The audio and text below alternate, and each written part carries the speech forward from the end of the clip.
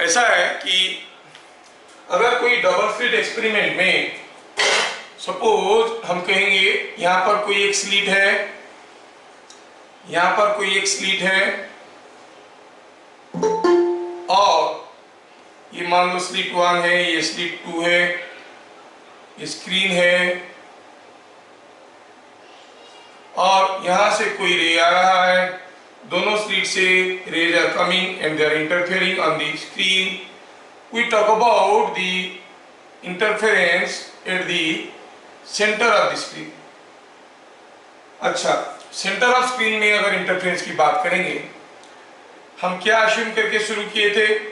ये अश्यूम करके शुरू किए थे कि the sources, the slits are behaving as two coherent sources. मतलब यहां पर दोनों रे के बीच में कोई फेज डिफरेंस नहीं है, यहां पर दोनों रे के बीच में कोई फेज डिफरेंस नहीं है।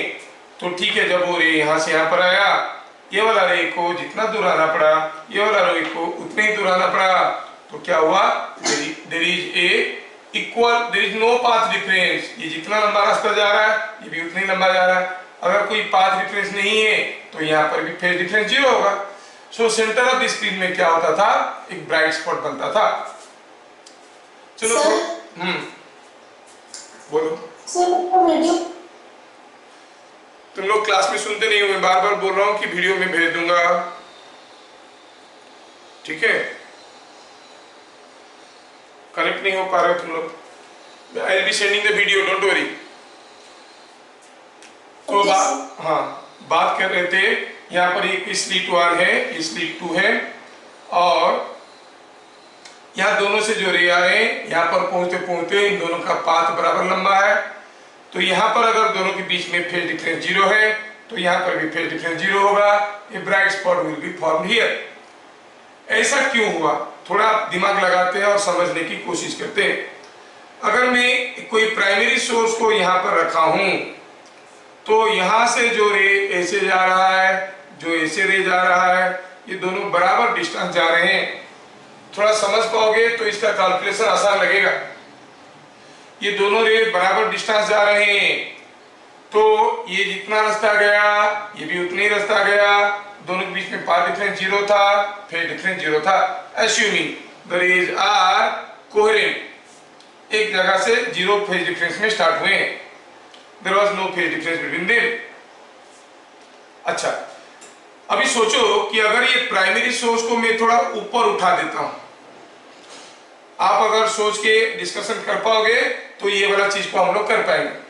थोड़ा मैं इसको ऊपर उठा देता हूं और ये भी आपका एक ऑब्जेक्टिव क्वेश्चन है जो लोग नीट वीट का दे रहे हैं या फिर जेईई का दे रहे हैं उनके लिए। अब ये सोर्स को अगर मैं यहाँ पे ले लिया तो देखो तो क्या हुआ यूं कि यहाँ से जो रे आया और यहाँ से जो रे आया, ये दोनों भी गए और इंटरफेयर किए, लेकिन अभी दोनों में पाथ डिफरेंस नहीं रहेगा, पाथ डिफरेंस ज्यादा रहेगा क्योंकि इसका रास्ता छोटा है, इसका रास्ता बड़ा है। इसका पाथ ज्यादा हो जाएगा, इसका पाथ कम हो जाएगा। मैं जानना चाहता हूं स्क्रीन पे कौन सा पॉइंट पे आपको अभी ब्राइट स्पॉट मिलेगा जहां पर दोनों रे के बीच में पाथ डिफरेंस 0 होगा।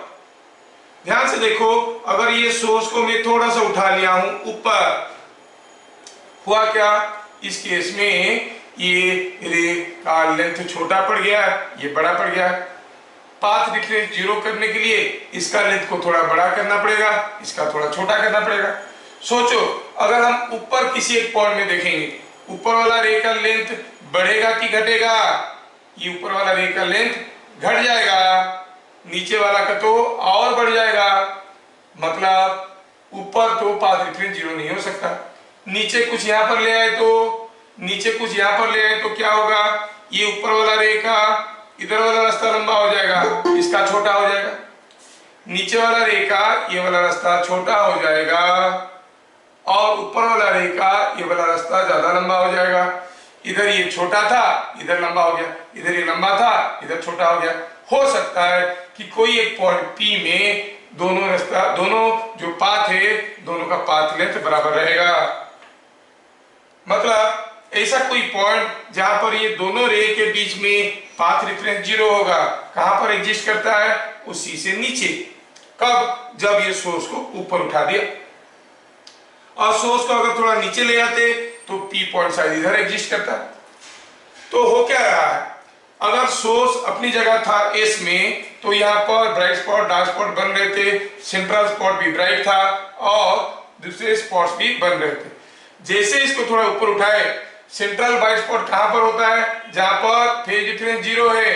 अब क्या होगा, यहाँ पर बनेगा सेंट्रल ब्राइट स्पॉट जो सेंटर में बनता था, अब वो यहाँ पर बनेगा। कैसा दिखेगा आपको, जैसे मैं इसको ऊपर उठाया लगेगा कि सारा ब्राइट स्पॉट डार्क स्पॉट का जो सीरीज था वो सारा चीज थोड़ा सा सरक गया नीचे और सेंट्रल स्पॉट यहाँ पर आ गया। मतलब पहले जब एस पे था, मान लो कि ये दिख रहा था कुछ ऐसे, ठीक है, ऐसे दिख रहा था, ऐसे था। जैसे हम ये सोर्स को उठा के थोड़ा इधर ले लिए, ऊपर एस की तरफ ले लिए, तो क्या होगा, ये पूरा पैटर्न थोड़ा सा सरक जाएगा। कैसे आ जाएगा, let me draw it again. तो देखोगे ये कुछ ऐसे आ गया, ये यहाँ पर था, थोड़ा सरक के यहाँ पर आ जाएगा। ये तो सेंटर ऑफ द स्क्रीन है, अब ये ऐसे आ गया, रेटिंग। तो सेंट्रल स्पॉट सरक गया, इधर को ये वाला सेंट्रल स्पॉट है, यहाँ पर हुआ करता था, लेकिन अभी थोड़ा नीचे सरक गया है। क्यों, क्योंकि सोर्स को ऊपर उठा दी। सोर्स को अगर नीचे ले आते, ये थोड़ा सरक के ऊपर की तरफ चले जाता। कहने का मतलब है जो इंटर इंटरफेरेंस पैटर्न है यहाँ पर, वो इंटर इंटरफेरेंस पैटर्न शिफ्ट हो रहा है depending upon position of the source. तो कहां पर सेंट्रल स्पॉट बन रहा है, सेंट्रल स्पॉट वहां पर बन रहा है जहां पर phase difference between the rays is 0। क्या ये चीज सबको समझ में आया? अरे आया कि नहीं आया? आया। तो पता चला सोर्स को थोड़ा ऊपर उठा देंगे, ये इंटायर पैटर्न थोड़ा नीचे सरक जाएगा। अब ये सोर्स को थोड़ा नीचे लाएंगे, इंटरफेरेंस पैटर्न थोड़ा ऊपर चले जाएगा। ये हमें समझ में आ गया। अब मैं इसको मिटाता हूं।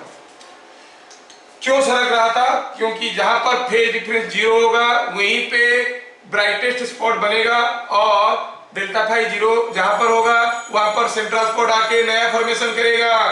ठीक है, अभी मैं इसको मिटाता हूं और आगे की चीज बढ़ते हैं। ठीक, चलिए अभी ये फ्रिंज शिफ्ट वाला चैप्टर में आर्टिकल में हम लोग क्या पढ़ने वाले हैं। फ्रिंज शिफ्ट वाला आर्टिकल में हम लोग क्या पढ़ने वाले हैं, तो क्या है कि अगर मान लो कि ये हो गया 2 स्लिट और ये 2 स्लिट के सामने रखा है स्क्रीन यहाँ पे। अब मान लो कि सोर्स अपनी जगह है, सोर्स को कोई डिस्टरबेंस नहीं करेंगे। The slits are behaving as the secondary sources, rays आ रहे हैं और सेंटर ऑफ द स्क्रीन पे क्या हो रहा है, ब्राइट स्पॉट हो रहा है। सपोज ये जो स्लिट है इसके सामने क्या हो रहा था, इसके सामने ये रे ऐसे जा रहा था, ये रे ऐसे जा रहा था। मान लो ये जो स्लिट है, स्लिट नंबर 1, इसके सामने में एक ग्लास प्लेट रख देता हूं जिसका रिफ्रैक्टिव इंडेक्स म्यू है, थिकनेस टी है। रिफ्रैक्टिव इंडेक्स म्यू है, थिकनेस टी है। अब थोड़ा सोच के बताओ तो ये जो रे 1 है और ये रे 2 है, कौन सा रे का पाथ ज्यादा हो गया? आप जानते हो, yes yes yes, that is what I wanted. अब देखो ये रे इसके अंदर से जब जाता है, जब कोई ग्लास प्लेट के अंदर से जाता है, t distance, it is as good as going mu t in air and mu is more than 1। मतलब जब ये टी जा रहा था तब ये म्यू टी जा रहा था, 1 का पाथ ज्यादा लंबा हो गया। 1 का पाथ ज्यादा लंबा हो जाने के कारण अब ये दोनों में पाथ डिफरेंस 0 नहीं होगा, ये ब्राइट स्पॉट यहाँ पर नहीं बनेगा। तो फिर ब्राइट स्पॉट कहां पर बनेगा, सेंट्रल स्पॉट जो यहाँ पर बन रहा था कहां पर बनेगा, थोड़ा नीचे बनेगा कि थोड़ा ऊपर बनेगा? क्या करना है, हमें दोनों का पाथ को बराबर लंबा करना है। ये अभी लंबा हो गया है, इसको थोड़ा छोटा करना है, ये बराबर था इसको थोड़ा बड़ा करना है। Obviously this spot will shift slightly towards this. जो सेंट्रल स्पॉट था वो P से P' में शिफ्ट कर जाएगा। अब यहां से आता हुआ रे और यहां से आता हुआ ray will have zero phase difference. तो हम क्या कहेंगे, the entire interference pattern shifted by a distance y0, that y0 is to be calculated and that is called fringe shift, that is called fringe shift। चलिए इसको हम लोग अभी details में लिखते हैं। when a transparent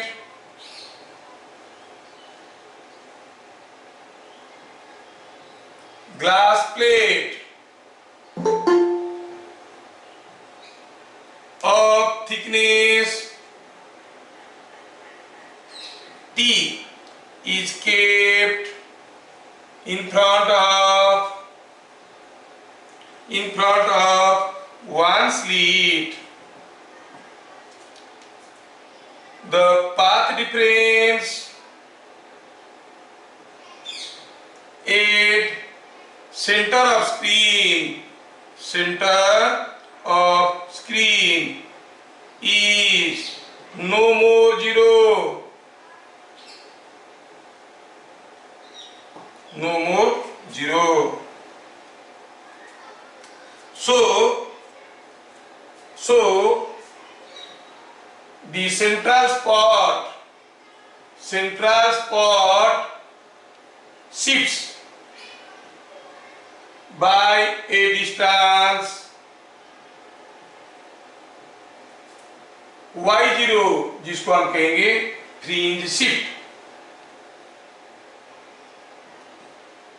on the screen। किधर को, ऊपर की तरफ कि नीचे की तरफ? ऊपर वाला स्लिट के सामने रखे थे तो ऊपर की तरफ गया, नीचे के वाले के सामने रखे होते तो नीचे की तरफ क्या होता। तो अब क्या कहेंगे यहाँ पर, सो the central spot shifts by a distance y0 on the screen to the side of slit that is covered with glass plate. जिसके सामने ग्लास प्लेट रखें उसके तरफ थोड़ा सा सरक जाएगा। ये सारे 1 मार्क क्वेश्चन है। स्लिट 1 के सामने अगर ग्लास प्लेट रखेंगे ये किधर को स्लिप करेगा, ऊपर को। इसके सामने रखने के बजाय अगर इधर रख देंगे किधर को फिसलेगा, ये जो हमारा इंटरफेरेंस पैटर्न वो थोड़ा नीचे की तरफ सरक जाएगा। जिस स्लिट के सामने ग्लास प्लेट रखें उसके तरफ सरक जाएगा। ठीक है, अब हमें पता करना है कितना सरकेगा। यहां पर at p dash delta x is 0, मतलब इसका रास्ता जितना लंबा है इसका रास्ता उतना लंबा है। लेकिन दिख रहा है तो ये छोटा है, ये कुछ बड़ा दिख रहा है। दोनों बराबर कैसे हुआ? नहीं, इसका ऑप्टिकल लेंथ थोड़ा ज्यादा है और इसका ज्योमेट्रिकल लेंथ थोड़ा ज्यादा है।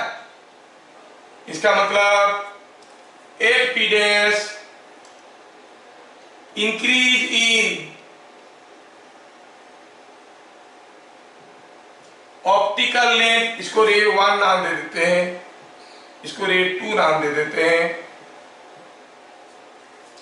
इंक्रीज इन ऑप्टिकल लेंथ और optical path of ray 1 is equal to increase in geometrical path of ray 2। इसका ऑप्टिकली कुछ डिस्टेंस बढ़ गया, इसका ज्योमेट्रिकली बढ़ गया। ऑप्टिकली इसका पाथ कितना बढ़ जाएगा? जब ये t जा रहा है तब ये म्यू t जा रहा है, तो increase in optical path is mu t minus t। ये इससे कितना ज्यादा जा रहा है? ये t जा रहा था, ये म्यू t जा रहा था, हाँ ये एक्स्ट्रा जा रहा था। अब ज्योमेट्रिकल पाथ में क्या डिफरेंस है? ये लंबा रास्ता जा रहा है, ये छोटा रास्ता जा रहा है। हम जानते हैं corresponding to any point y on the screen from the center of the screen the path difference is given by yd by d। आपको याद होगा, so it was delta x is, थोड़ा ऐसे लिख देंगे तो बढ़िया रहेगा, delta x optical difference, delta x geometrically, ये दोनों बराबर रहेगा ज्योमेट्रिकली। अच्छा, ऑप्टिकली हुआ mu t minus t, geometrically कितना हुआ, corresponding to a distance y0, it was y0 small d by d। आपको याद होगा, अगर ये बात है हमें क्या निकालना था y0, तो y0 का वैल्यू क्या आया देखो, तो इसमें से तो t कमन जाएगा, t कमन जाएगा, म्यू माइनस 1 और d bye small d। So the fringe shift is given by the expression y0 is equal to dt whole into mu minus 1 by d।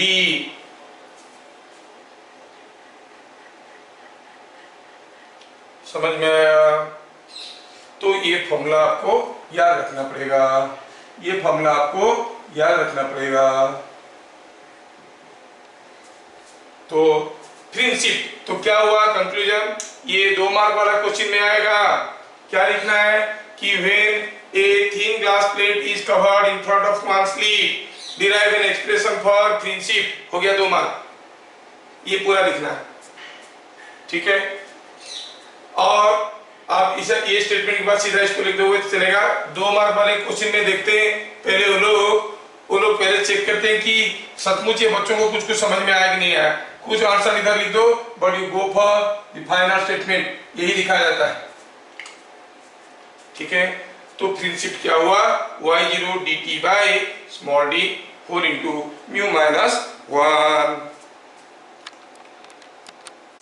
Last class जब हम लोग शेप ऑफ द फ्रिंजेस पढ़ रहे थे, वो एक गलत चीज बता दिए थे, क्योंकि वो लोकस क्या था, locus of all points which are having same path difference on the screen, मतलब locus of all points whose difference in distance from two fixed points is a constant, that is the path, the locus is a hyperbola not parabola।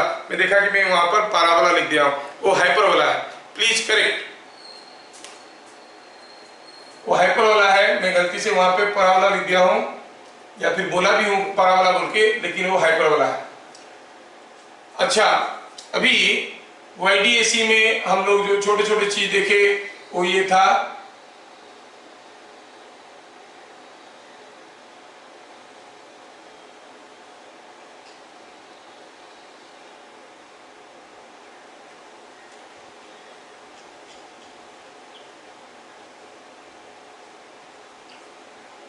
तो यहाँ पर raise are interfering, ये था distance of the screen, ये था distance between the slits, ये था सारा का चीज S1 एंड S2, ठीक। इसमें हम लोग देखे, ये था centre at a distance y from center, the path difference is yd by d, phase difference is 2 pi by lambda into delta x, intensity is I1 plus I2 plus 2 root over of I1 I2 cos phi, delta phi कहो या phi कहो एक ही बात है, cos phi. ध्यान रहे कि phi क्या है, phi is phase difference at point of interference, जो पॉइंट में इंटरफेरेंस देख रहे हैं उस पॉइंट में phi is the phase difference, मतलब यहाँ से कुछ वाई डिस्टेंस में, ये पॉइंट में। तो सेंटर ऑफ स्क्रीन से कोई भी डिस्टेंस में अगर आपको पूछा गया what is the intensity and you are given the values of I1 and I2, then corresponding to y you have to find out delta x, ये सीधे क्वेश्चन से। Then corresponding to delta x you have to find out phi, corresponding to phi you have to find out the net intensity at point P, the point of interference. पहला point देख लीजिए। Point number 2,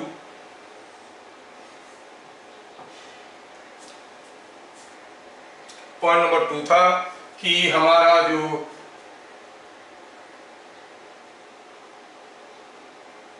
bright spot और dark spot का variation था वो कुछ ऐसे थे।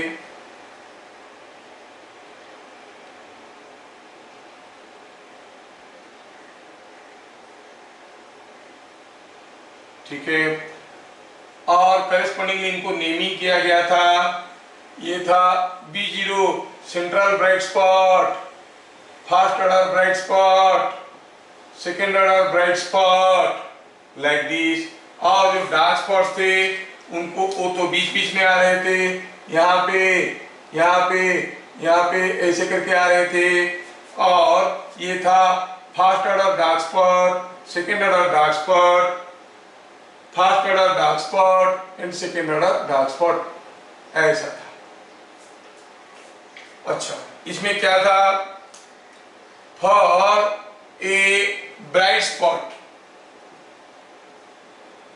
For a bright spot y का वैल्यू क्या था?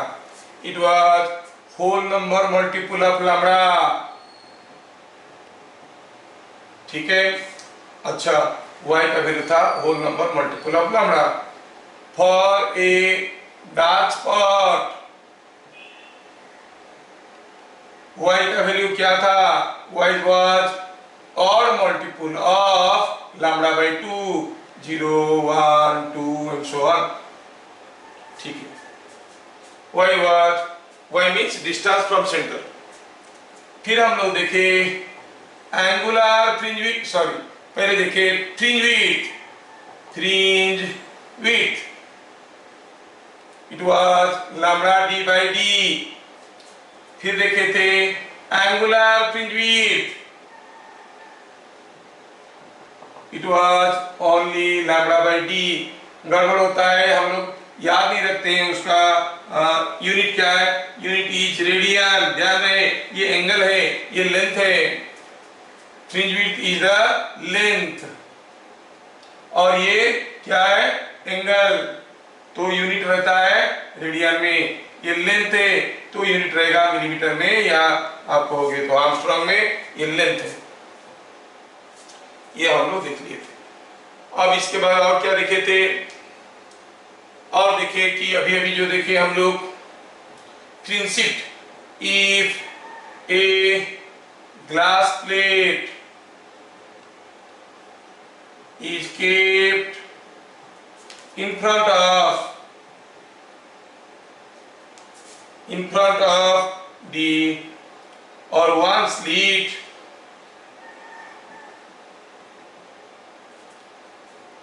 the fringe shift is given by fringe shift is given by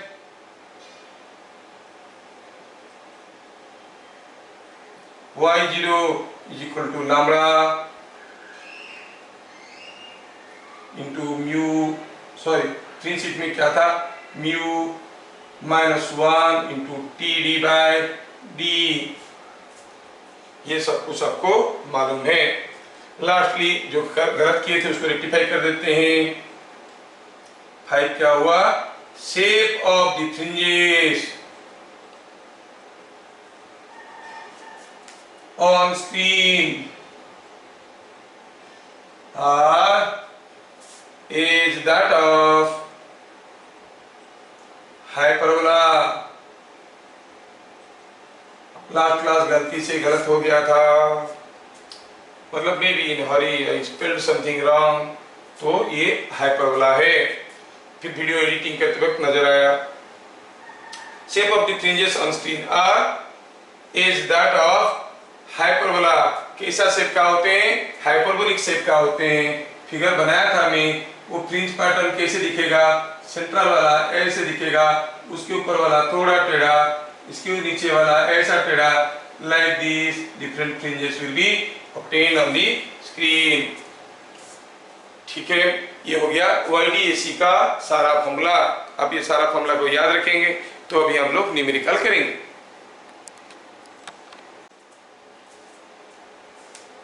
in a double slit experiment, sir दिख नहीं रहा सर, मतलब आंख खोलो, मतलब so we go for a question, थोड़ा इसको मैं नीचे ला सकता था। क्वेश्चन क्या है? In a double slit experiment following data are given d 2 millimetre, capital D 3 metre, lambda 10,000 Armstrong, और क्या? I1 and I2 are the intensities of the two rays and two slits. It is I. और क्या चाहिए? सब कुछ तो available है, सारे डाटा मिल गया। Now let us answer these questions. एक एक करके क्वेश्चन लिखेंगे, आंसर लिखेंगे। Find fringe width and angular fringe width. The most regular question that comes in your board. ठीक है, तो एक एक करके करते जाएंगे। ये हो गया पहला क्वेश्चन, फ्रिंज विड्थ और एंगुलर फ्रिंज विड्थ पूछा है। Call it question number 1। Solution देखेंगे। Fringe width is lambda D by D.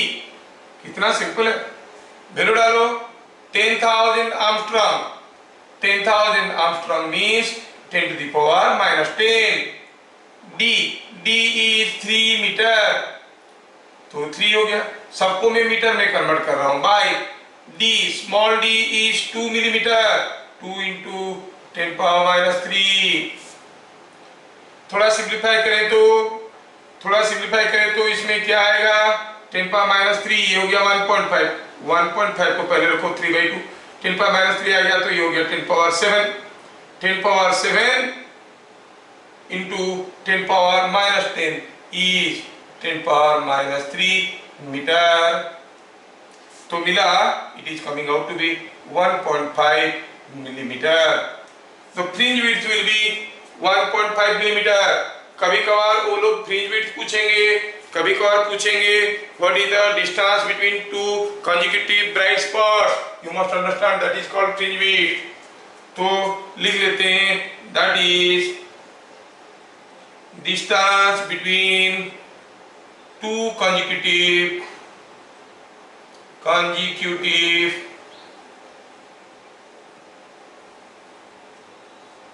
Bright spots is 1.5 millimetre. बहुत बढ़िया।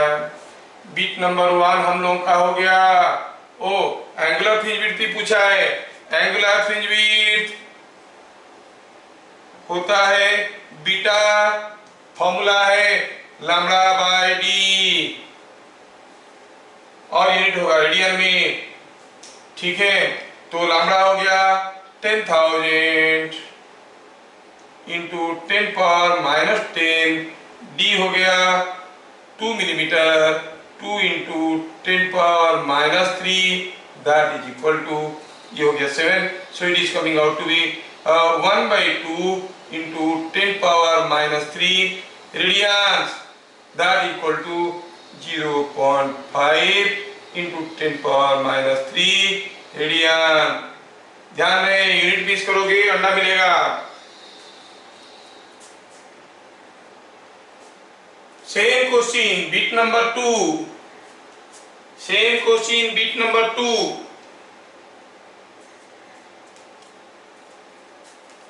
बिट नंबर 2 में क्या दिया है? What is distance between A bright spot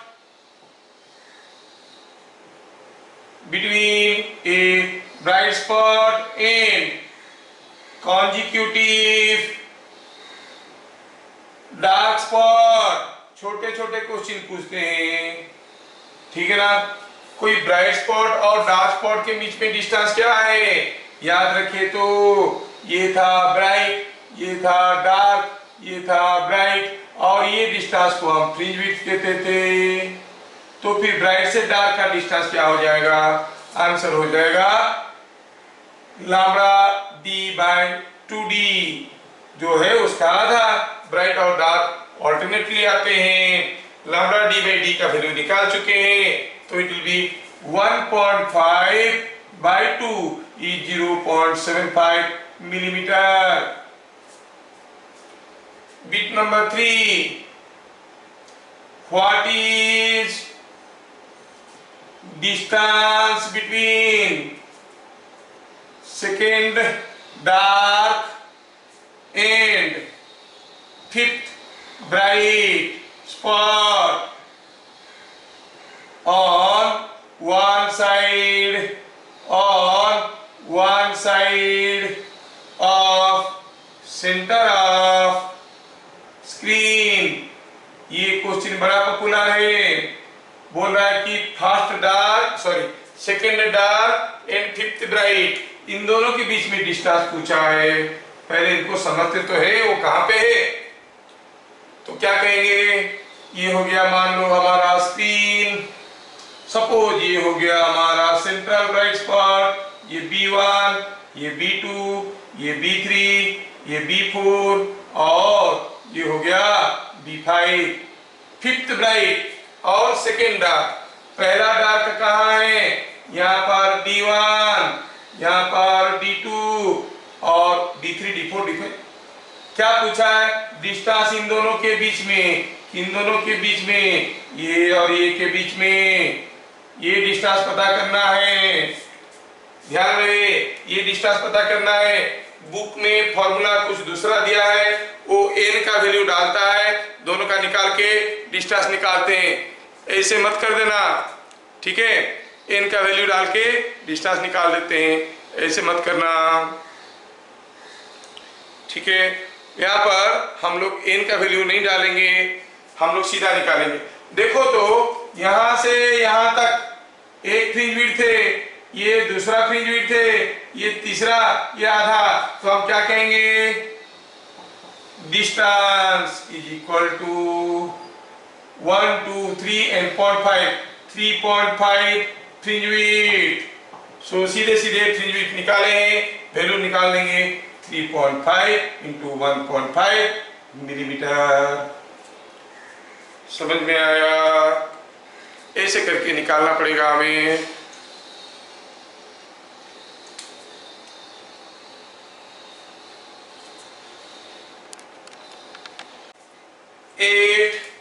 What distance from center, intensity is I। अरे intensity centre से कितना दूर पे I होगा? सेंटर से कितना डिस्टेंस पे इंटेंसिटी I होगा? तो मैं इसको करने के लिए मैं सॉल्यूशन को इधर मिटाना पड़ेगा मुझे, ठीक है?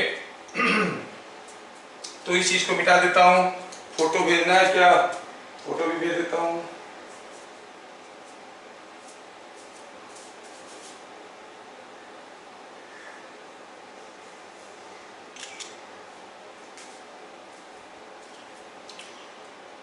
ठीक है, फोटो भी भेज दिया तुम लोगों के ग्रुप में। अब मैं इसको मिटाता हूं। बिट नंबर 4 का सॉल्यूशन, बिट नंबर 4 का सॉल्यूशन यहाँ पे देखेंगे, ठीक है? ये थोड़ा डाटा को यहाँ पर लिख देता हूँ, D1000 दिस। थोड़ा डाटा को ये लिख देता हूँ। ये जो डाटा हमें दिया गया था, क्या दिया गया था? D3 metre, small d 2 millimetre, I1, I2 both are I and lambda is 10,000 Armstrong। ये दिया गया था, ये डाटा हमें दिया गया है। Now I am going for solution of bit 4। कितना डिस्टेंस पे, सेंटर से कितना डिस्टेंस पे हमारा कितना डिस्टेंस पे इंटेंसिटी आई होगा। Let intensity is I at a point where phase difference is phi।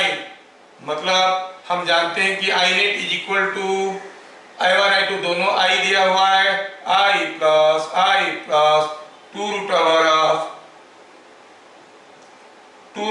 Of I1 I2 I cos phi।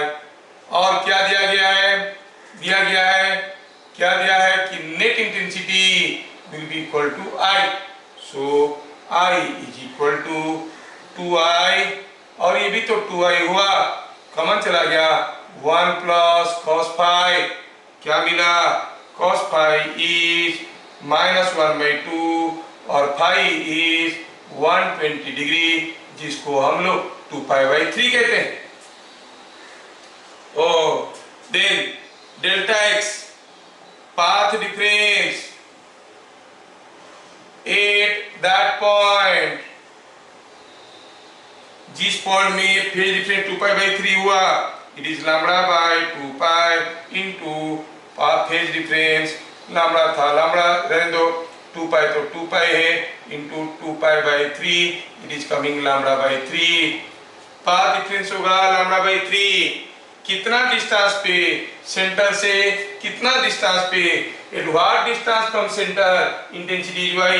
Suppose centre से y डिस्टेंस पे, तो y का डेल्टा x के साथ क्या रिलेशन है, we know that, though we have forgotten but we knew that it is more appropriate to write. हमें मालूम था क्या कि y इज इक्वल टू और delta x is equal to क्या था फॉर्मूला, y/d।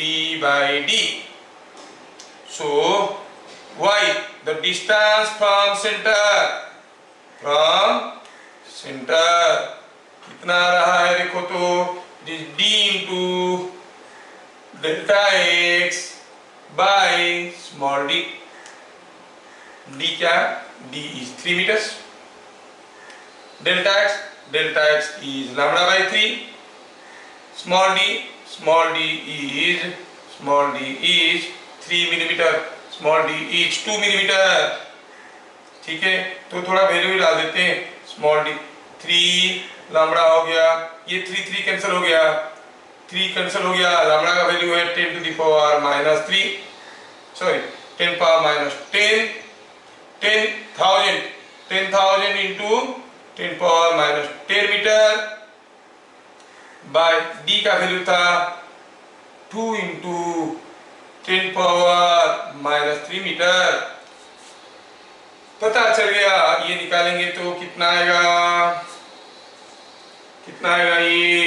ये आएगा उसका आधा, तो ये हो गया 0.5, it is coming out to be 0.5 millimetre. ये जो आया था ये मीटर में था, तो 0.5 मिलीमीटर। तो हमें मिला कि सेंटर से कितना दूर पे इंटेंसिटी आई होगा। ये थोड़ा रेयर क्वेश्चन है, लेकिन अगला क्वेश्चन जो दे रहा हूं वो बहुत ही रेगुलरली आता है। Next question,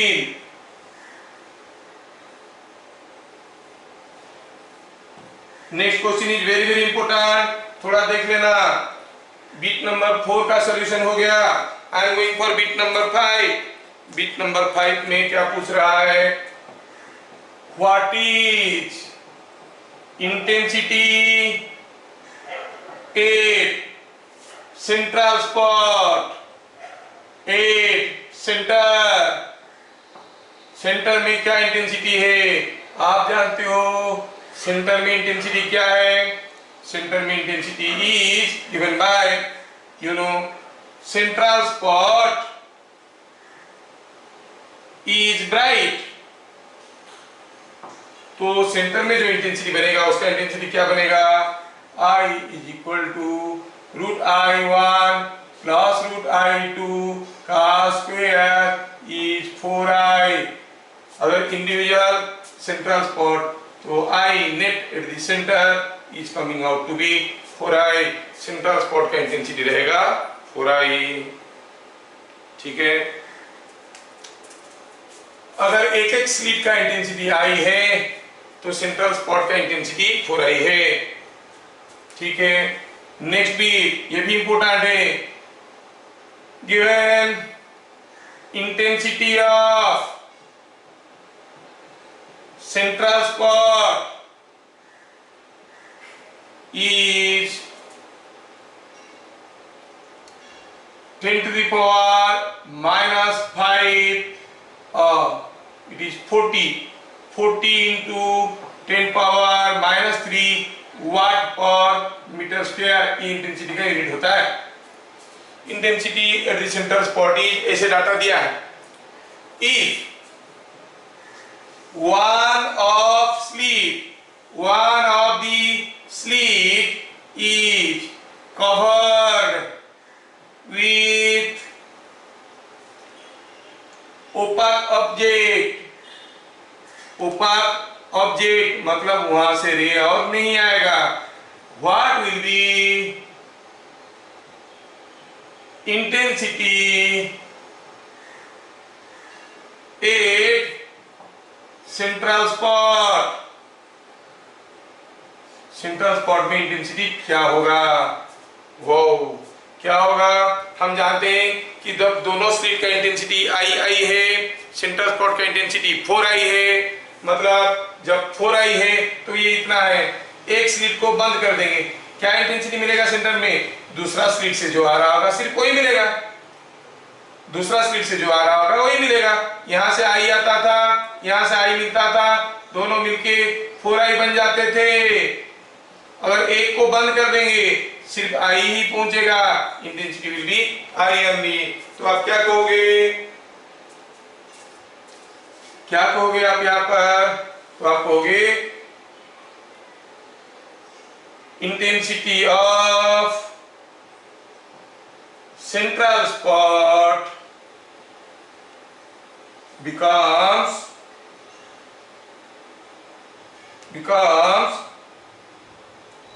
40 into 10 power minus 3। ये था 4i। हमें क्या चाहिए? i is equal by 4, तो it is 10 into 10 power minus 3, 10 power minus 2 watt per meter square। ये सबको समझ में आना चाहिए। मतलब सेंट्रल स्पॉट का इंटेंसिटी अगर i है तो एक I0 है तो एक स्लिट को कवर करने के बाद इंटेंसिटी बन जाएगा I0 by 4। सबको समझ में आ रहा है? ठीक है, तो मैं इसका फोटो भेजता हूं।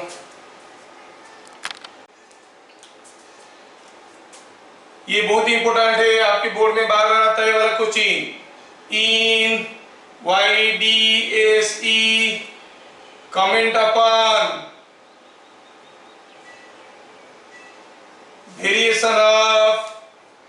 comment upon variation of fringe width and angular fringe width,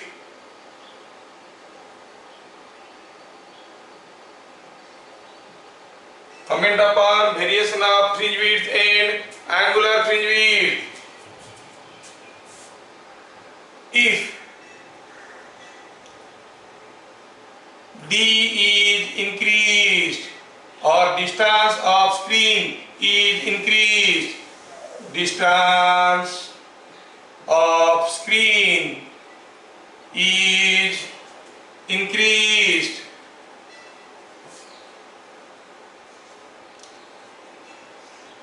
slit width is slit separation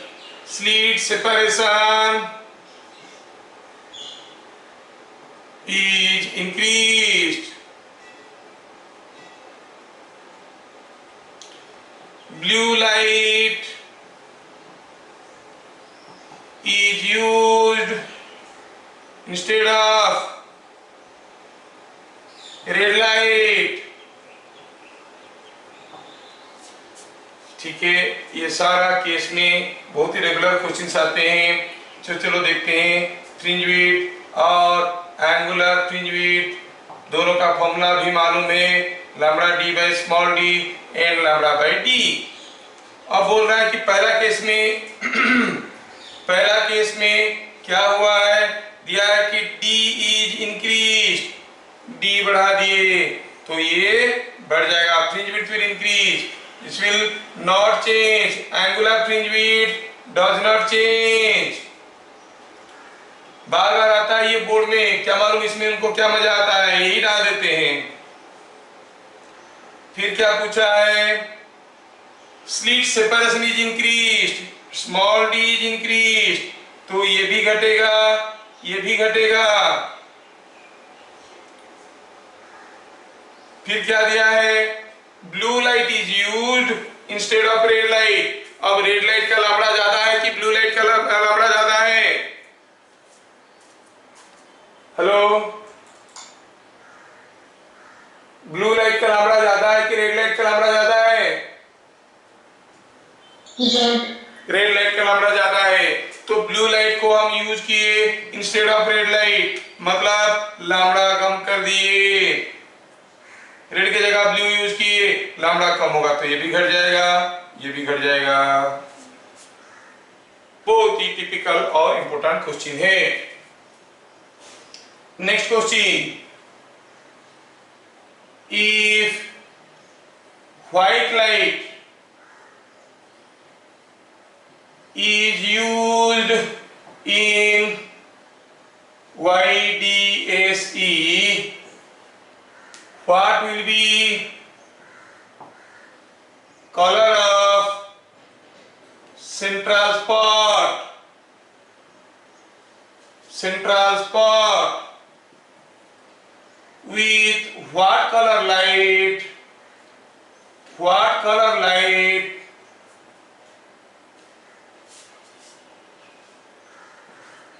the central spot will be surrounded?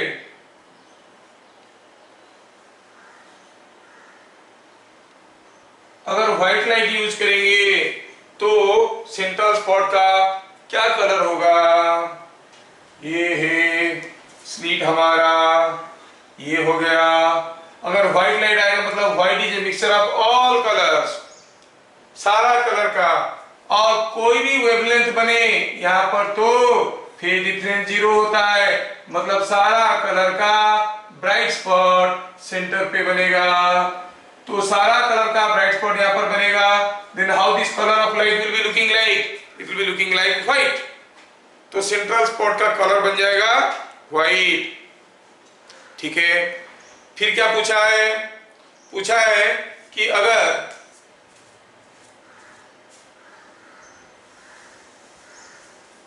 फिर क्या पूछा है इसमें, पूछा है कि अगर सेंट्रल स्पॉट व्हाइट बनेगा तो उसके चारों तरफ कौन सा कलर का कवरिंग होगा। देखो ये सेंट्रल स्पॉट है, यहाँ पर red, yellow, blue, indigo, green, orange, हर एक कलर का ब्राइट स्पॉट है। रेड का ब्राइट स्पॉट कहाँ पे फिर से है, कुछ यहाँ पे है, कितना दूर पे, at a distance fringe width that is lambda for red, D by d. तो यहाँ पर रेड का ब्राइट स्पॉट है, यहाँ पर भी रेड का ब्राइट स्पॉट है। अच्छा, इससे नजदीक सबसे नजदीक किसका ब्राइट स्पॉट होगा, जिसका लैम्बडा सबसे कम किसका, वायलेट लाइट का, मतलब वायलेट लाइट का ब्राइट स्पॉट यहाँ पर रहेगा। तो क्या पता चला, central spot will be white and it will be both side covered with what, violet colour strips. समझ में आया? तो आप कहोगे central spot is white and covered with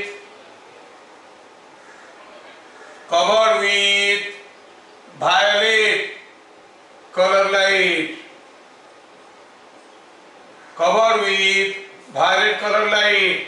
central spot होगा white and it will be covered with violet colour light. ऐसे मजेदार question तो है, लेकिन आप लोगों को तो समय की पाबंदी है। ठीक है।